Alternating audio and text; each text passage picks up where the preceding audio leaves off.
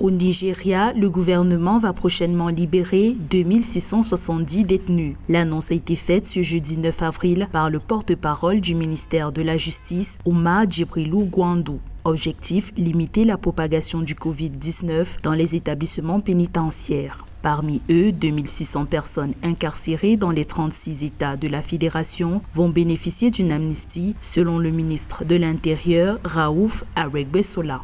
Il s'agit des détenus âgés de 60 ans et plus, ceux qui souffrent de problèmes de santé graves, les condamnés à une peine de 3 ans et plus à qui il reste moins de 6 mois à purger, les détenus ayant des problèmes mentaux et les détenus avec une option d'amende ne dépassant pas 50 000 naira. Le ministre de l'Intérieur indique toutefois que cette amnistie ne concerne pas les détenus dont les poursuites sont plus graves, à savoir les accusations de viol, de terrorisme ou encore d'homicide. Initialement, cette amnistie avait été envisagée depuis 2018 pour désengorger les prisons.